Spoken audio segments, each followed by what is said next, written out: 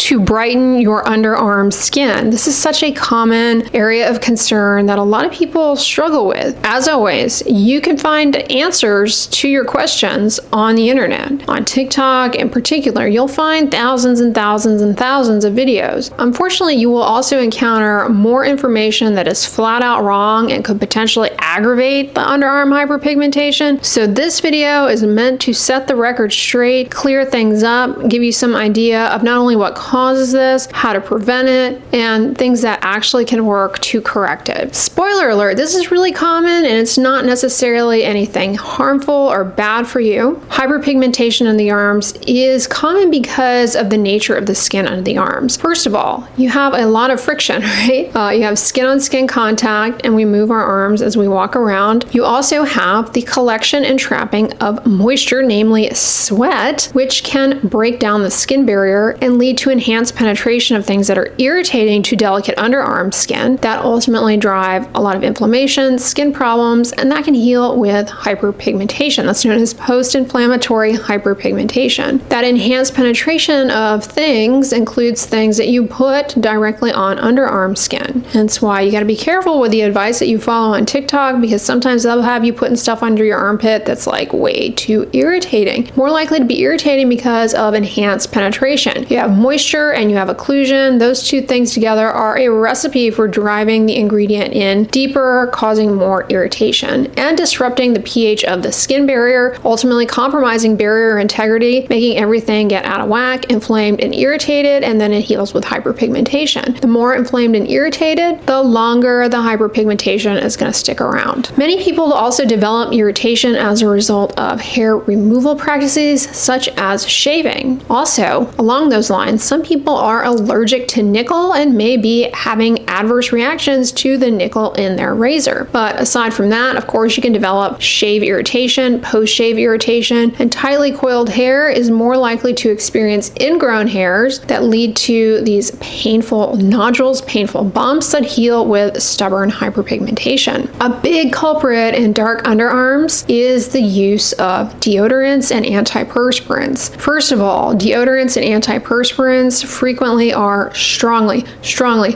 scented, meaning the concentration of fragrance in these products is much greater than, say, a body lotion even, for that matter. Deodorants help in some cases to absorb odor, but they mostly are meant to perfume the underarm skin. Antiperspirants, on the other hand, while they may be scented and achieve the effect of perfuming the underarm, they also have aluminum salts which function to get into the sweat gland, plug it up, and ultimately reduce sweat output so that A, you have less moisture trapping, you stay dry, means less irritation potentially, but B, you have less breakdown of that sweat, less body odor. But either the fragrance or the aluminum salts and antiperspirants can be a source of irritation for people that leads to hyperpigmentation under the arms. Then there are a variety of conditions that can appear under the arms and look dark and discolored. May not even be true hyperpigmentation. For example, acanthosis nigricans, which is this velvety dark skin thickening that can happen under the arms, the sides of the neck, I mean really anywhere, backs of the hands, face. This is actually a warning sign of insulin resistance. And so it's really important to distinguish, do I have that or do I have just kind of garden variety hyperpigmentation under the arms related to just friction and or some mild irritation to something. Really important because the insulin resistance needs to be addressed. The other thing to keep in mind is that certain skin infections that can happen under the arms can be dark and discolored and look like hyperpigmentation, but they're actually an underlying fungal or bacterial skin infection. And there are some inflammatory skin diseases like lichen planus, inverse psoriasis that can fool you into thinking it's hyperpigmentation, but it's really skin rashes related to these skin conditions that can sneak up and appear under the arm. So as with anything that I talk about on my channel, it's always important to emphasize that an accurate diagnosis is half the battle, because that way you can focus on what will actually work for your condition. But rest assured, just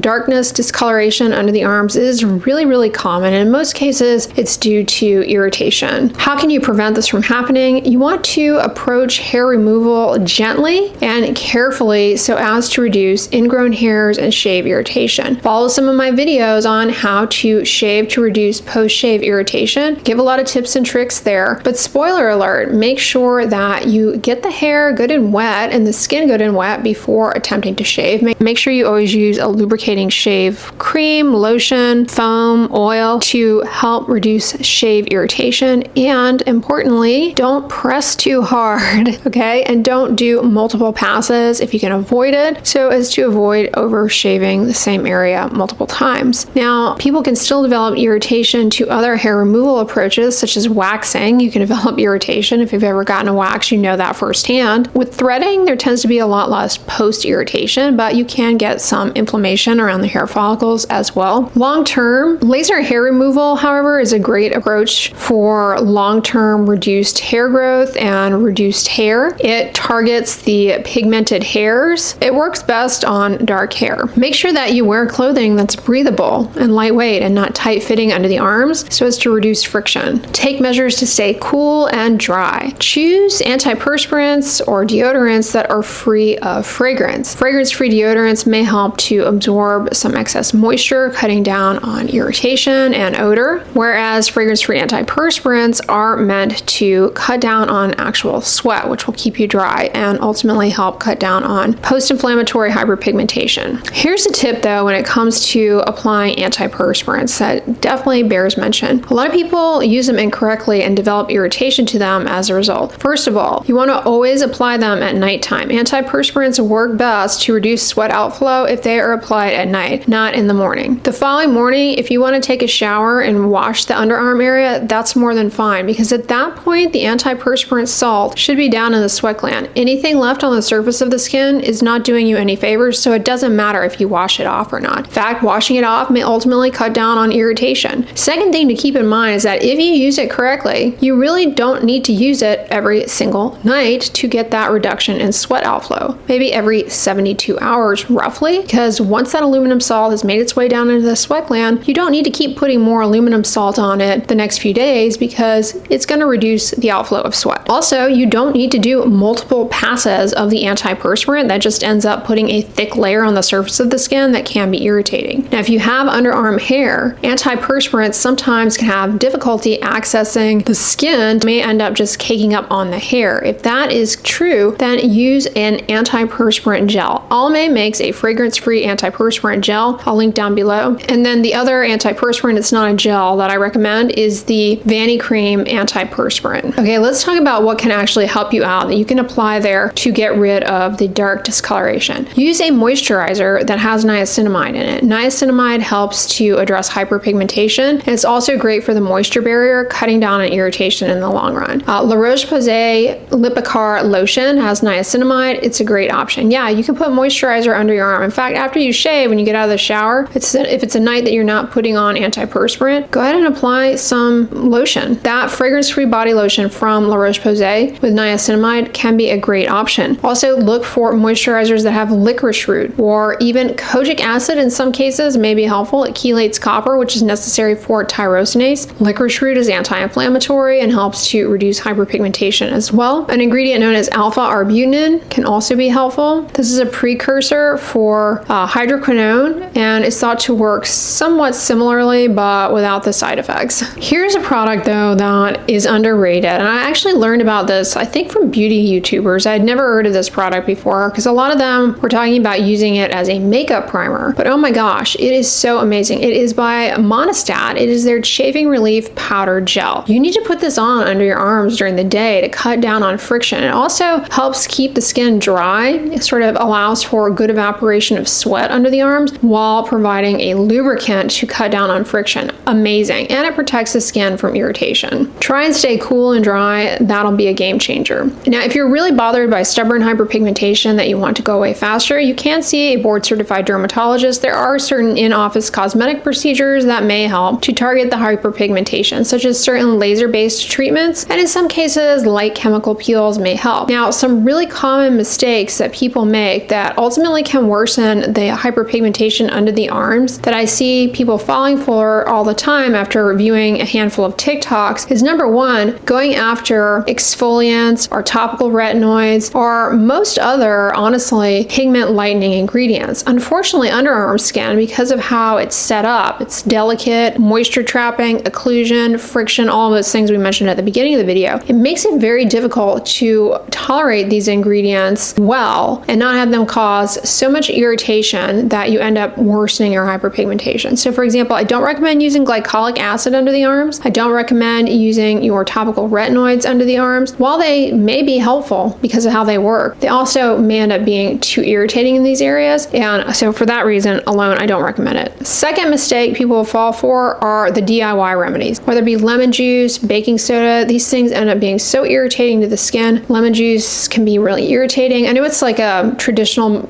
intervention for body odor. And there is even a study showing that lemon juice under the arm can help with body odor, but can be pretty irritating. Plus, if you get exposure to sunlight, it can cause a phytophotodermatitis, really bad rash that will heal with hyperpigmentation if you have a deeper skin tone. So you want to avoid that. Baking soda is very caustic, disrupts the pH. By disrupting the pH, it ends up compromising barrier integrity, making you even more vulnerable to worsening irritation in the long run. So definitely that's a no-go. Don't do it. It can backfire. And then another thing that people fall for are the quick fixes or giving up too easily, not staying consistent, because that's the thing about the underarm hyperpigmentation is these things that I've mentioned in this video are really important for preventing it, for correcting it, but you kind of need to stay consistent and mindful of triggers and avoid those moving forward. All right, y'all, I hope this video was informative to you guys. I know this is a popular topic, an area where a lot of people are bothered by the appearance of underarm skin. It's nothing to be ashamed about. It is very common. Again, see a board certified dermatologist to know for sure what it is you're dealing with, because there are other conditions that appear under the arms, may look like hyperpigmentation, but are an underlying medical condition that needs to be addressed more specifically. But I hope you guys enjoyed this video. If so, give it a thumbs up, share it with your friends, and as always, don't forget, sunscreen and subscribe. I'll talk to you guys tomorrow.